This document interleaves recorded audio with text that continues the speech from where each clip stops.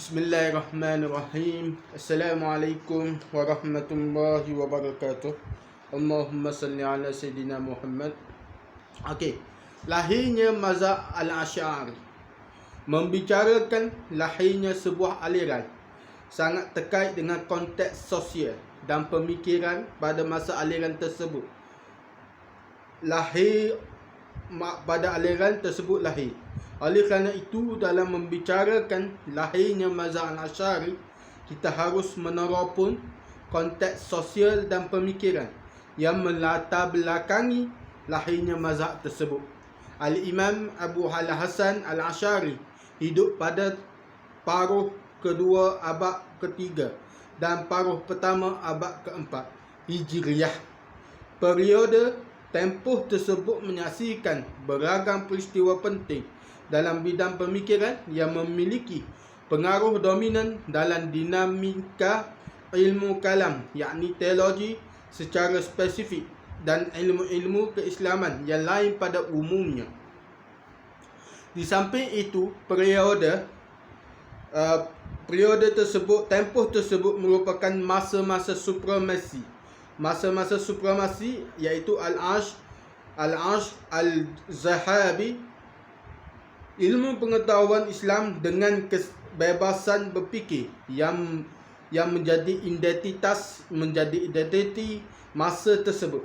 Setiap orang berhak mengeluarkan pandangan dan memperkuatnya dengan beragam bukti dan argumentasi. Implikasinya, yakni kesannya, berbagai aliran pemikiran berkembang begitu pesat dengan meraup banyak pengikut dan pendukung yang membela dan mempertahankannya. Pesatnya perkembangan ilmu pengetahuan keislaman pada saat itu ditandai dengan tampilnya para ulama terkemuka dalam berbagai studi keislaman.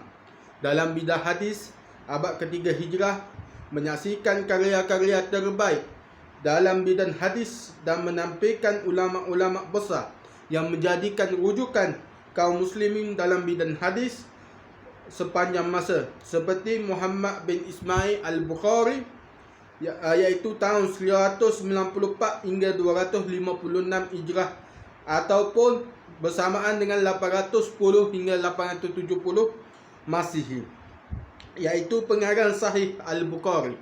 Muslim bin Al-Hajjaj Al-Qushairi Al-Naisaburi tahun 204 hingga 261 Hijrah, bersamaan 820 hingga 875 Masihi. Pengarang Sahih Muslim Abu Daud Sulaiman bin Al-Ash'ab Al-Sijistani tahun 202 hingga 275 Hijrah sehingga 817 hingga 889 Masihi, iaitu pengarang Sunan Abi Daud. Manakala Abu Isa Muhammad bin Isa bin Sawrah Al-Tirmizi, boleh Al-Tirmizi pun boleh, Al-Tarmizi pun boleh, 209 hingga 279 Hijrah, bersamaan dengan 824 hingga 829 Masihi, iaitu pengarang Sunan Al-Tirmizi. Abu Abdurrahman Ahmad bin Shu'aib Al-Nasa'i 205 hingga 303 Hijrah, bersamaan 830 hingga 915 Masihi. Pengarang iaitu pengarang Sunan Al-Nasa'i Abu Adillah Muhammad bin Yazid bin Majah Al-Kawini 209 hingga 273 Hijrah, bersamaan 824 hingga 887 Masihi. Pengarang Sunan Ibnu Majah dan lain-lain. Karya-karya mereka dianggap sebagai kitab standard hadis yang 6, iaitu kitab Al-Kutub Al-Sittah menurut Hasan Ibrahim Hasan Tarikh Al-Islam Al-Siyasi wa Al-Dini wa Al-Sakafi Juzuk 2 Beirut Darul Al-Jali 1996 halaman 270. Dalam bidang fikih, tampil pula para mujtahid terkemuka dan pakar-pakar fikih besar yang mengawal mazhab tertentu, seperti Daud bin Ali Al-Asbihani tahun 201 hingga 270 Hijrah bersamaan 816 hingga 884 Masihi. Pendiri mazhab Zahiri dan anaknya yang bernama Muhammad bin Daud al-Asbihani tahun 255 hingga 297 Hijrah bersamaan 869 hingga 910 Masihi yang mengawal mazhab ayahnya iaitu mazhab Zahiri. Muhammad bin Jari al-Tabari iaitu tahun 224 hingga 310 Hijrah bersamaan 839 hingga 923 Masihi. Pendiri mazhab Jariri yang memiliki karya terpenting dalam bidang tafsir, fikih, teologi dan sejarah. Dari kalangan pengikut mazhab Maliki, tampil Al-Imam Ismail bin Hamad wafat 282 Hijrah bersamaan 895 Masihi. Dari kalangan Syafi'i, tampil Al-Imam Abu Ali Al-Karabisi wafat tahun 248 Hijrah bersamaan 862 Masihi. Al-Zafarani wafat tahun 259 Hijrah bersama 873 Masihi. Abu Hala Abbas Ahmad bin Umar bin Surais wafat tahun 306 Hijrah bersamaan 918 Masihi. Dan Abu Ishaq Al-Marwazi wafat 340 Hijrah bersamaan 951 Masihi, yang menyebarkan mazhab Syafi'i di Iraq dan Mesir. Dari pengikut Hambali tampil pula Abdullah bin Ahmad bin Hanbal tahun 213 hingga 290 Hijrah bersamaan 828 hingga 903 Masihi. Dalam bidang tasawuf, abad ketiga Hijriah merupakan masa terbaik dalam perkembangan ilmu tasawuf, di mana pada saat itu mulai diperbincangkan aspek-aspek tasawuf yang belum pernah menjadi objek kajian pada masa sebelumnya, seperti perbahasan tentang seluk-beluk etika, nafsu dan suluk, yakni perjalanan spiritual seorang sufi menuju Allah Subhanahu wa taala. Dengan lebih mendetail, yang belakangan dikenal dengan istilah maqamat dan ahwal. Kajian kaum sufi pada saat itu mulai merambah terhadap persoalan makrifat dan metodologinya, kajian tentang tauhid, fana dan lain-lain. Pada tempoh tersebut juga dimulai aktivitas penulisan kitab-kitab dalam bidang tasawuf dengan tampilnya tokoh-tokoh terkemuka dalam sejarah tasawuf seperti Al-Haris bin Asad Al-Muhasibi wafat tahun 243 Hijrah bersamaan 857 Masihi, yang memiliki banyak karangan dalam bidang tasawuf. Abu Said Ahmad bin Isa Al-Karas wafat 286 Hijrah bersamaan 899 Masihi. Penulis kitab Al-Sidq Abu Al-Qasim Al-Junaid bin Muhammad Al-Baghdadi wafat 297 Hijrah bersamaan 910 Masihi. Peletak kaedah-kaedah tasawuf dan rujukan kaum Sunni dalam bidang tasawuf Muhammad bin Ali Al-Hakim Al-Tirmizi wafat 320 Hijrah bersamaan 932 Masihi. Penulis kitab Nawadir Al-Usul, Katmu Al-Awliya dan lain-lain. Boleh tengok di dalam kitab rujukan dia Warabu Al-Wafa Al-Gunaimi Al-Taftazani, iaitu Madkhal ila Al-Tasawuf Al-Islami Kairu Dar Al-Saqafah tahun 1979 halaman 95 hingga 96. Tetapi meskipun abad ketiga Hijriah tersebut merupakan masa-masa supremasi keilmuan Islam, yakni masa-masa kenaikan keilmuan Islam, bukan bererti kaum muslimin pada saat itu terbebas dari ancaman dan tantangan. Justru pada saat itu kaum muslimin berada dalam ancaman dan tantangan serius dari beragam aliran yang berkembang dengan cukup pesat. Hal ini dapat kita lihat dengan memperhatikan pernyataan Abu Al-Ma'ali Azizi bin Abdul Malik Saizalah wafat 494 Hijrah bersamaan 1100 Masihi. Berikut ini Setelah tahun 260 Hijrah berlalu, tokoh-tokoh ahli bid'ah angkat kepala dan masyarakat awam berada dalam ancaman. Bahkan ayat-ayat agama mulai terhapus bekasnya dan bendera kebenaran mulai terhapus kabarnya. Boleh tengok rujukan Al-Hafiz Ibn Asakir dalam kitab Tabi'i Al-Muftarid, Damaskus, percetakan Al-Taufiq 1347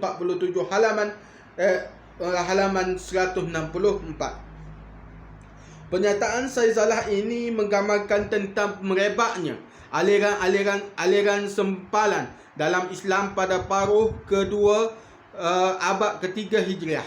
Di antara aliran bid'ah yang terkuat pada saat itu adalah aliran Mu'tazilah yang merebak hampir di berbagai tempat. Memang pada masa Khalifah Al-Mutawakkil tahun 232 hingga 247 Hijrah bersamaan 846 hingga 861 Masihi, kelompok Ahlussunnah wal Jamaah meraih kemenangan secara politis melawan Mu'tazilah dengan disingkirkannya kaum Mu'tazilah dari lingkaran kekuasaan khalifah.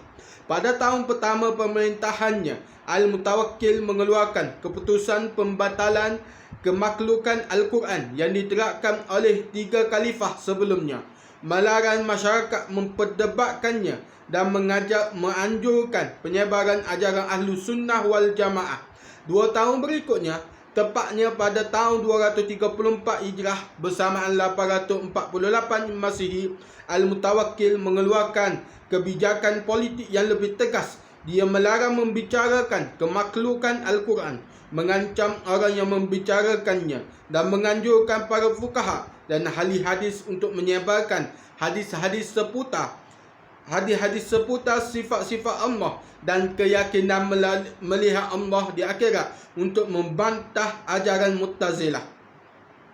Pada tahun 237 Hijrah ataupun bersamaan 851 Masihi, Al-Mutawakkil mengeluarkan keputusan yang paling keras, iaitu memberhentikan Ahmad bin Daud, ulama Mu'tazilah terkemuka, dari jabatannya sebagai hakim dan menggantinya dengan Yahya bin Aksam. Al-Mutawakkil juga menahan tokoh-tokoh Mu'tazilah seperti Abu Al-Walid bin Abi Daud dan saudara-saudaranya, lalu mendeportasi mereka jauh dari istana khilafah. Namun hingga Khalifah Al-Mutawakkil wafat pada tahun 247 Hijrah bersamaan 861 Masihi, pengikut Mu'tazilah tetap merebak di mana-mana.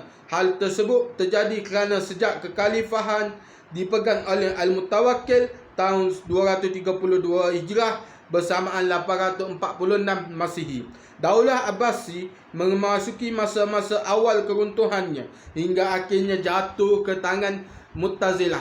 Demikian pula penganut Syiah di daerah-daerah India, yakni daerah India, Pakistan, Syam yang meliputi Syria, Yordania, Lebanon, Zaidiyah di Yaman, Lebanon dan Palestina. Penganut Syiah di Iran dan penganut Syiah Zaidiyah di Yaman dalam bidang ideologi mengikuti mazhab Mu'tazilah. Boleh tengok rujukan Jamaluddin Al-Kasumi dalam kitab Tarikh Al-Jalumiyah wa Al-Mu'tazilah Beirut Mu'assarah Al-Risalah tahun 1979 halaman 56. Demikian pula pengikut aliran Khawarij yang bermazhab Ibadiyah yang tersebar di Oman, bahagian timur pantai Teluk Persia, bahagian timur pantai Afrika di Zanzibar, daerah-daerah di pegunungan Nufusah di Afrika Utara, Aljazair Selatan dan Tunis adalah pengikut Mu'tazilah dalam bidang teologi. Boleh tengok dalam karangan Al-Iman Abu Al-Hasan Al-Asy'ari, iaitu Makalah Al-Islamiyah juzuk 1, Kairo Maktabah Al-Nadah 1950 halaman 203 hingga 204, edisi Muhyiddin Abdul Hamid dan Abdul Latif Al-Hifzi, Tafsir Al-Mu'tazilah fi Al-Khawarij wa Al-Syiah, Jeddah Darul Al-Andalus tahun 2000 halaman 320 hingga 321.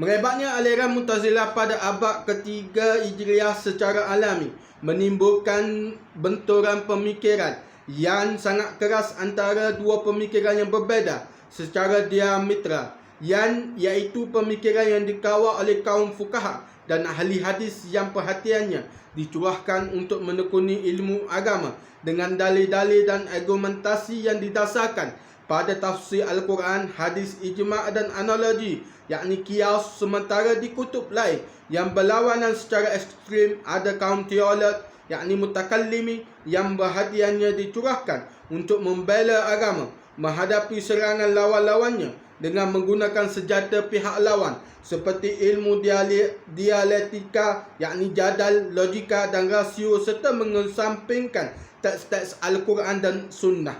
Abad ketiga Hijriah setelah menyaksikan betapa kaum Mu'tazilah menjadikan rasio sebagai pengemudi dalam beragama, sedangkan kaum Hanabilah dan Hasyawiyah menjadikan teks sebagai pengemudi. Keduanya berada dalam posisi berlawanan yang paling ekstrim.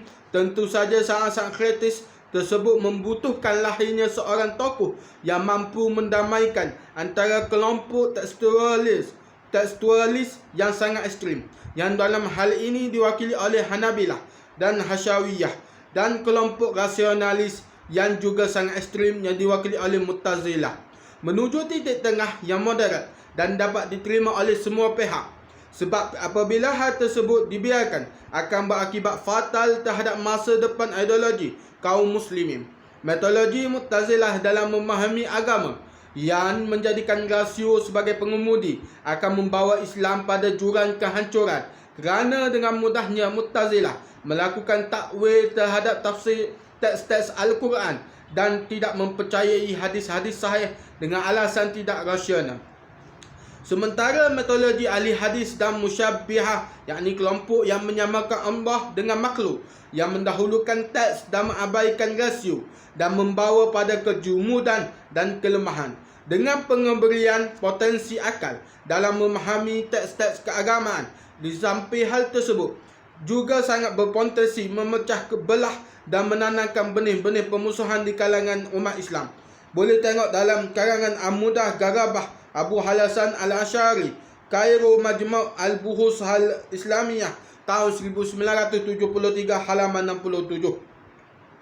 Di sisi lain, benturan dua orientasi pemikiran antara Hanabilah dan Mu'tazilah pada abad ketiga Hijriah telah melahirkan kegoncangan intelektual di satu pihak sebagai reaksi terhadap orientasi Hanabilah yang terlalu tekstualis dan terkesan mengebiri akal, membuat kalangan pemuda dan pelajar lebih condong terhadap faham Mu'tazilah kerana dianggapnya kaya dengan gagasan dan idea serta teliti dalam kajian soal-soal ideologis.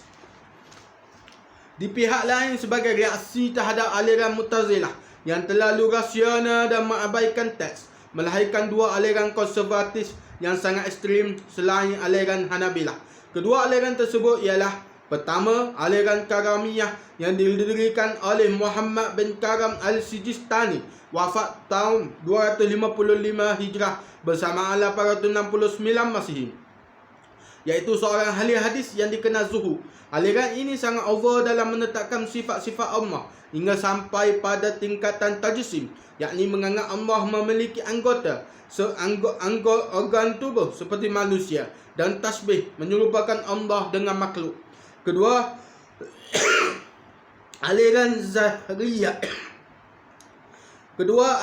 Zahiriyah, iaitu mazhab fikih yang didirikan oleh Abu Sulaiman Daud bin Ali bin Khalaf Al-Asbihani, wafat tahun 201 hingga 270 Hijrah bersama 816 hingga 884 Masihi.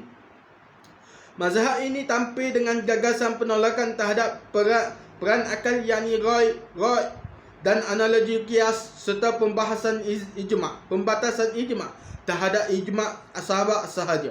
Mazhab ini juga mengikuti makna literal teks Al-Quran dan Sunnah secara ekstrim dengan mengabaikan intervensi akal sama sekali terhadapnya.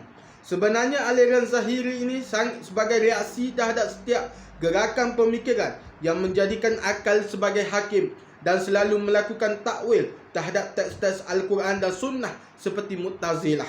Sudah barang tentu, aliran konservatif seperti Hanabilah, Karamiyah dan Zahiriyah tersebut akan menjadikan masa depan Islam menjadi suram dan tidak cerah, kerana gerakan konservatif akan membunuh setiap gerakan dan nafas kehidupan menuju kemajuan sains dan kebebasan berfikir.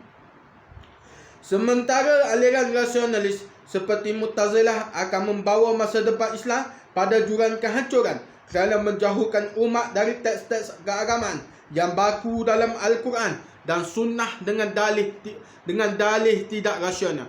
Oleh kerana itu, lahirnya seorang ulama yang mampu mengambil jalan tengah antara kaum rasionalis di satu pihak dan kaum tekstualis di pihak lain. Sangatlah dibutuhkan agar masa depan Islam tetap dinamis dan maju, tetapi tidak meninggalkan nilai-nilai lama yang harus dipertahankan. Dan agaknya Allah telah menyiapkan seorang tokoh yang akan menjadi pelopor gerakan kembali pada ajaran-ajaran as-salaf yang saleh, yang ditransmisikan oleh kaum fuqaha dan ahli hadis, tetapi juga mengcover metodologi baru yang dikembangkan oleh kaum rasionalis, tentu saja dengan memberikan peran yang proporsional terhadap teks dan akal. Tokoh tersebut ialah Al-Imam Abu Al-Hasan Al-Asy'ari yang merintis mazhab Asy'ariyah yang mewakili golongan Ahlussunnah wal Jamaah di berbagai tempat. Al-Asy'ari telah menjadi pelopor peletakan dasar-dasar dan kaedah yang kukuh dalam akidah. Dia mempertahankan ajaran-ajaran Al-Quran dan As-Sunnah dan meletakkannya sejalan dan seiring dengan metodologi rasional yang dikembangkan oleh Mu'tazilah. Apa yang dilakukan oleh Al-Asy'ari tersebut agaknya menjadi kebutuhan masyarakat terbukti mazhab yang dirintisnya kemudian diikuti oleh mayoritas kaum muslimin hingga dewasa ini. Sebagai bukti bahawa gerakan yang dirintis oleh Asy'ari tersebut memang menjadi kebutuhan yang mendesak pada saat itu untuk mendamaikan antara Ahlussunnah dengan Mu'tazilah dengan meletakkan jalan tengah antara keduanya adalah tampilnya dua ulama besar yang semasa dengan Asy'ari, tetapi tempat tinggal mereka sangat berjauhan dan belum pernah saling mengenal, iaitu Al-Imam Abu Mansur Al-Maturidi Al-Hanafi, wafat tahun 333 Hijrah bersamaan 944 Masihi, yang tinggal di Samarkand, Uzbekistan, dan Al-Imam Abu Ja'far Al-Tahawi Al-Hanafi tahun 239 Hijrah hingga 321 Hijrah, 800 bersamaan 853 hingga 933 Masihi, yang tinggal di Mesir. Kedua imam ini melakukan apa yang telah diupayakan oleh Al-Asy'ari, iaitu mengajak kaum muslimin agar kembali kepada ajaran Ahlussunnah wal Jamaah dan membanteras ajaran-ajaran bid'ah, tetapi juga tidak mengabaikan metodologi baru yang dikembangkan oleh kaum rasionalis. Hanya saja dari gerakan pemikiran keduanya, hanya gerakan Al-Maturidi yang mengalami metamorfosa dan berkembang di kemudian hari menjadi sebuah mazhab teologi dalam Islam. Sementara gerakan pemikiran Al-Tahawi melebur ke dalam mazhab Al-Asy'ari dan Al-Maturidi. Itu saja dalam kitab ni. Nanti kita cerita pula lagi. Itu saja. Semoga bermanfaat hidup untuk memandaikan ummah. Assalamualaikum warahmatullahi wabarakatuh.